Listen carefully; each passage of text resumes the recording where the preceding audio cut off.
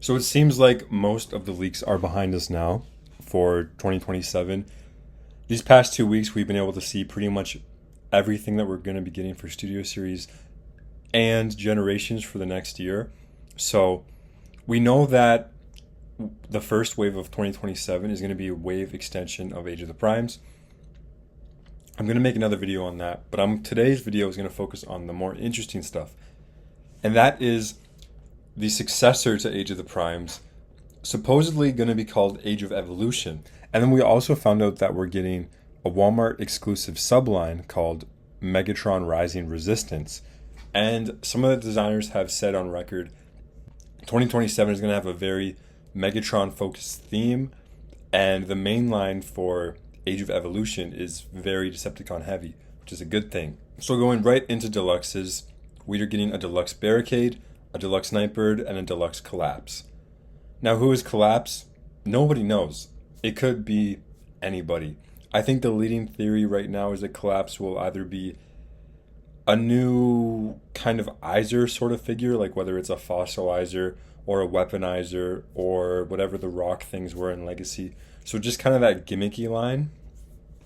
I think that's what the leading theory right now. Some people said it could be a rename of Landquake, one of the Nexus Prime limbs. I really don't think that's going to happen. But Collapse is anybody's guess.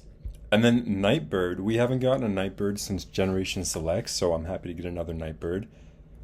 Nightbird does tend to be an RC retool, so it's a 50-50 whether this is going to be a new mold or a R86 RC retool. Who knows? You might be saying, well, it's Wave 1, it should be a new mold. But that's not always the case. Like Age of the Primes Wave 1 had Waspinator, which was just a retool of the animated Bumblebee. So it's not necessarily going to be a new mold. We just don't know. And the same with Barricade. This could very well be a Datsun version of Barricade, like his Siege figure. Because we know we're getting a new Prowl, G1 Prowl in Studio Series. So this could be another G1 Barricade. Or it could be the actual G1 Barricade as a deluxe, which would be kind of weird. Or it could be a hybrid of the movieverse design, just kind of G1ified. But my theory for Barricade is that he's going to be a retool off of Age of the Prime's smokescreen, Transformers Prime smokescreen. Because there was a Barricade in the Transformers Prime universe whose initial design looked pretty different. But then I think it was a Transformers Collectors Club retooled or just repainted Prowl, which was a retool of Smokescreen, and it looked pretty good. So I think this Barricade is going to look just like that Prowl. Nightbird, probably an RC repaint and retool. Collapse, who knows? So I will admit those deluxes are kind of boring, but the Voyagers is really good. We're going to be getting a Voyager G2 Megatron. And the fact that this is a Voyager price point means they're not going to retool Megatronus or 86 Megatron into the G2 version. Thank God, because I don't like just the G1 body Megatron with the green and purple. I think it does have to be its own mold. And since this is a Voyager, I don't think they're going to use the Earthrise Megatron again, because we already had a G2 Earthrise Megatron from Gen Selects. So I'm hoping this is a nice green and purple tank chest Megatron. And then the exciting part is, this would be the perfect opportunity for Takara New Legends to do a Gigastorm out of, which was Galvatron's brother. So the only real difference there is that the green is maybe a little bit dialed down, but pretty much the same. And then the purple camouflage is more of a grayish green. So hoping we get a Megastorm out of it. If not, I would use this as a Megastorm. That would make the Japanese Beast Wars nerd in me really happy. But it could also be retooled into a reverse convoy, or it could be retooled into Bludgeon. There was a weird RID Bludgeon figure out of it, so lots of retool potential. Takara, please give us Gigastorm, or whatever his name was. And then the second Voyager is really, really exciting. It is an animated Slipstream. Now, if you're like, Slipstream, we just got Slipstream. That was in Legacy, and that figure sucked. It was just a retool of Windblade. And in my opinion, that didn't even look like Cyberverse Slipstream. It just looked kind of horrible, and there was an easy pass for me.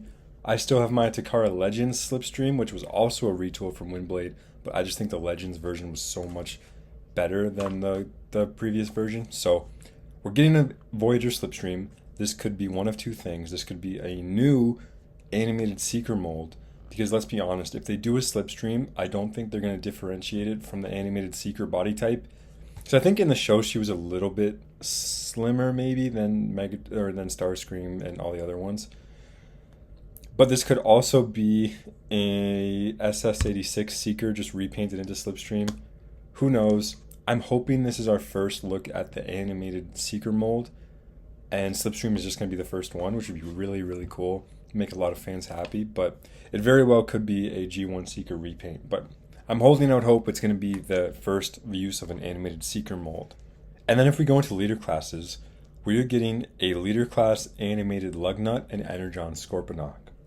Now, we knew a Lugnut was coming based on some previous leaks, but we didn't know how Lugnut was going to be released. It was a lot of fans debating on if Lugnut was going to be a leader class or a commander class. And honestly, I was in the party hoping that he would be a commander class, just because in Transformers Animated, Lugnut has so much bulk. He's huge and he's really wide. And the fact that he's a leader class has me a little bit worried, because when I think of recent leader classes, you do have some big figures like Liege Maximo or Megatronus or even the Studio Series 86 Dinobots. They are big figures, but I'd argue they're not that wide. If you want to look at like a wide, dense figure, there's Age of the Prime's Big Convoy.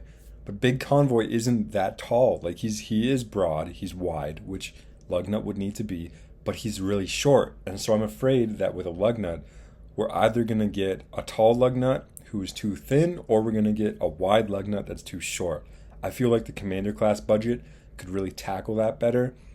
But I also have a theory that the reason we're getting a leader class Lugnut is because they want to repaint him into Cyberverse Clobber. Now, Clobber's design is fairly similar to Lugnut. It's a little bit different. And Clobber wasn't that big in Cyberverse. In Cyberverse, a lot of the characters were kind of just the same size. And her alt mode was quite a bit different than Lugnut's, but I think they're doing this just so they can get more uses out of it, whether it's Clobber, whether it's the repainted animated Lugnut. I forget what that one's called.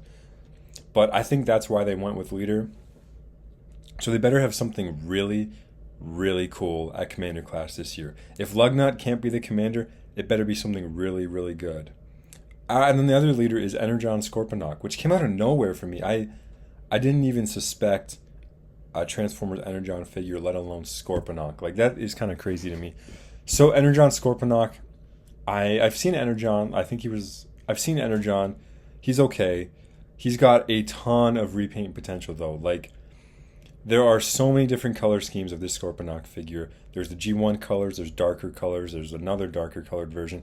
But the one I want the most out of this would be a double punch. We can get some G1 Action Master Elites out of this. Like, this would be the perfect opportunity for them to do an homage to the BotCon double punch. So that black, bright pink, bright blue just pops so well.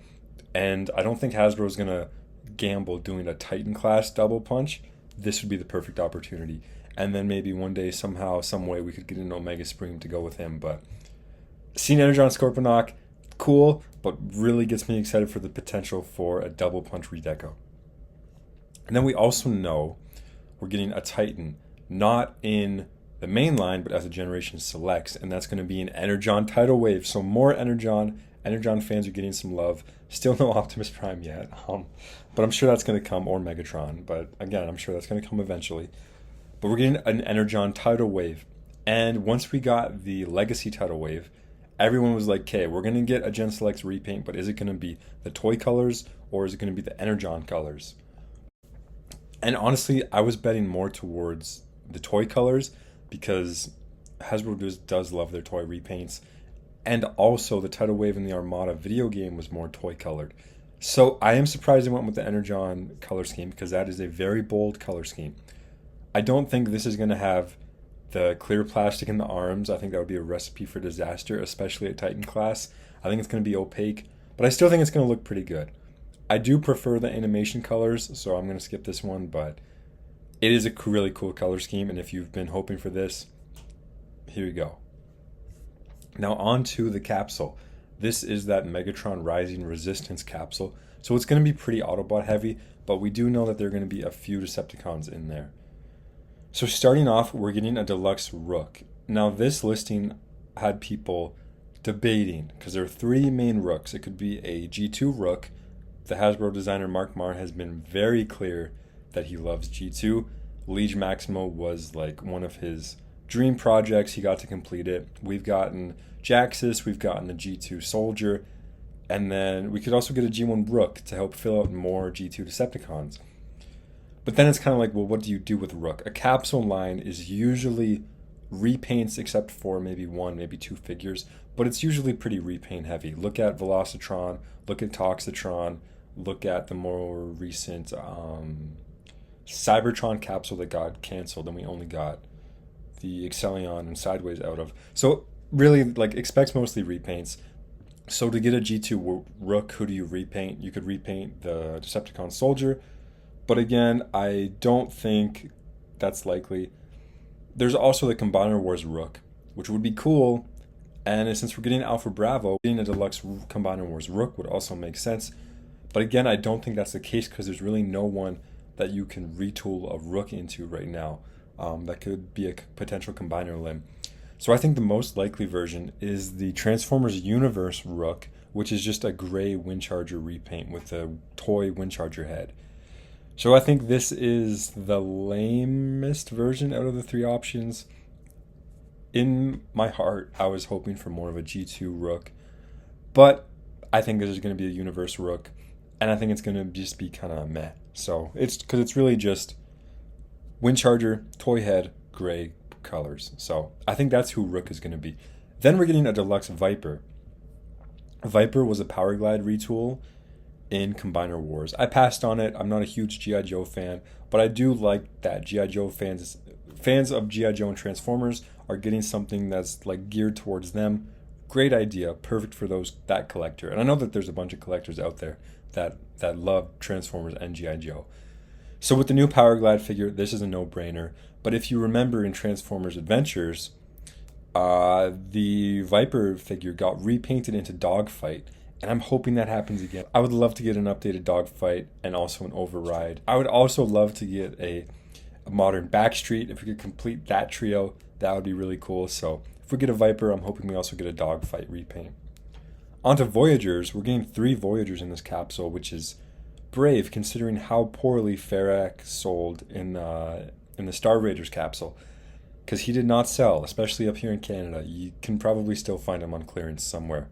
But anyway, we're getting a Voyager Scoop, a Voyager Slash, and a Voyager Skyfire.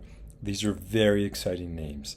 So starting with Scoop, I made a video previously, if you haven't seen it, go check it out, where I was talking about how Hasbro could tackle the Autobot double Target Masters. They've completed the Decepticon Target Masters, they've completed the Autobot Target Masters. They've recently completed the Decepticon double Target Masters, but the Autobot double Target Masters are nowhere to be found. So Scoop is the first one. I'd say he's the safest bet. He's probably the most popular. His last figure was in Thrilling 30s, and it's a great deluxe. I still have it. I still really like it. And the fact that he's a Voyager kind of just confirms that he's going to be a partial off of Scrapper, which isn't necessarily what I wanted, but I'll accept it. They do have similar robot modes, similar alt modes, so it makes sense. My only fear with this is that if he's a retool from Scrapper, which was also confirmed by the leaker, I hope they figure out a way to get both of his Target Master partners in there. If they do a Scoop and don't include the 2 Target Masters, that's going to be so disappointing, because Hasbro's been doing such a good job of including the Target Master partners with the Target Master themselves. So I'm hoping they figure out a way to squeeze the 2 Target Masters in there. We're just going to have to wait and see. Voyager Slash is also very interesting. The leaker confirmed that this is based on the Power of the Primes Legends class Slash, so expect a G1 focused Dinobot to go with your 86 Dinobots. But the fact that this is a Voyager and Slash turns into a Velociraptor kind of has me thinking this could be a Beast Wars Dinobot partial or repaint, just because he's a Voyager class Velociraptor, and again, capsule lines usually don't go crazy into new molds. So I'd say it's a 50-50 if this is going to be a new mold or if this is going to be a retooled Dinobot. We're just going to have to wait and see. Skyfire was the most interesting one. I was really trying to figure this one out because Skyfire, we usually don't get Skyfire, we always get Jetfire. If it's a Jetfire, why are we getting it at Voyager class? Like, what could this be? But no, it is most likely going to be Voyager class RID Skyfire, which is a purple and gray jet. I think this is going to be a new mold. And again, capsule lines can get new molds. I really don't know who they would use for this, if not. But I think this is going to be a new mold because this has so much repaint potential. We know we're getting a Machine Wars Starscream. We know some of the designers really want to do Machine Wars. Not sure why, because it doesn't seem like Machine Wars has the biggest following in 2026, but who knows. But again, Skyfire has so much repaint potential. There's Machine Wars Skywarp and Thundercracker. Then there's Beast Wars Second Dirge. And there's also Robot Masters Wingstun. So there's a lot of repaint potential here, especially if we're getting a Machine Wars Starscream. I would bet that they would do more Machine Wars characters. And then they could even, Takara could do a new Legends version of Beast Wars Second Dirge, and so on and so forth. Like, this mold would have so much repaint potential. I totally see it happening. But it's cool that we're getting a different Skyfire. Like, this is a nice way to break it up, get a niche character out there. For leader classes, we're getting a leader class Snarl. Again, who knows what this means, because we just got 86 Snarl reissued in the newest wave of Studio Series. So I don't think he's going to need another reissue a year later. But other than that, I don't know what this could be. This could be an animated Snarl, because I don't know. That could be something that we could get. But it would be weird that they do him in a capsule line, because I feel like there'd be a lot of demand for Transformers animated Dinobots. I don't think this would be a Fall of Cybertron Snarl, because that would be more of a Studio Series release than a Generations release. It could just be another straight up G1 Snarl. It could be the 86 Snarl mold just repainted into one of the G2 color schemes, or the Action Master Snarl color scheme. Really, who knows? It could be anything. I don't think it's going to be a Transformers Cybertron Snarl. I think it's going to be a G1 Snarl or an animated Snarl. Just what version, we really don't know. And then we also know that we're getting a multi-pack. No idea what's in the multi-pack. It could literally be anything. So that's everything that we know so far that we're getting in the next Transformers Generations line. What do you guys think? Which ones are you going to pick up? Are you happy with a leader class Lugnut? And what do you think the commander class figures are going to be? Because we know we're going to get a Studio Series Titan, which is going to be a Dinobot, probably Strafe. And then we also know that we're getting a Generations Commander and a Studio Series Commander. So there are 2 commander slots. We still have no idea what we're going to get. So give me some predictions down in the comments below. What do you think we're going to get for commander class releases? Thank you guys for watching. See you guys next time, and bye.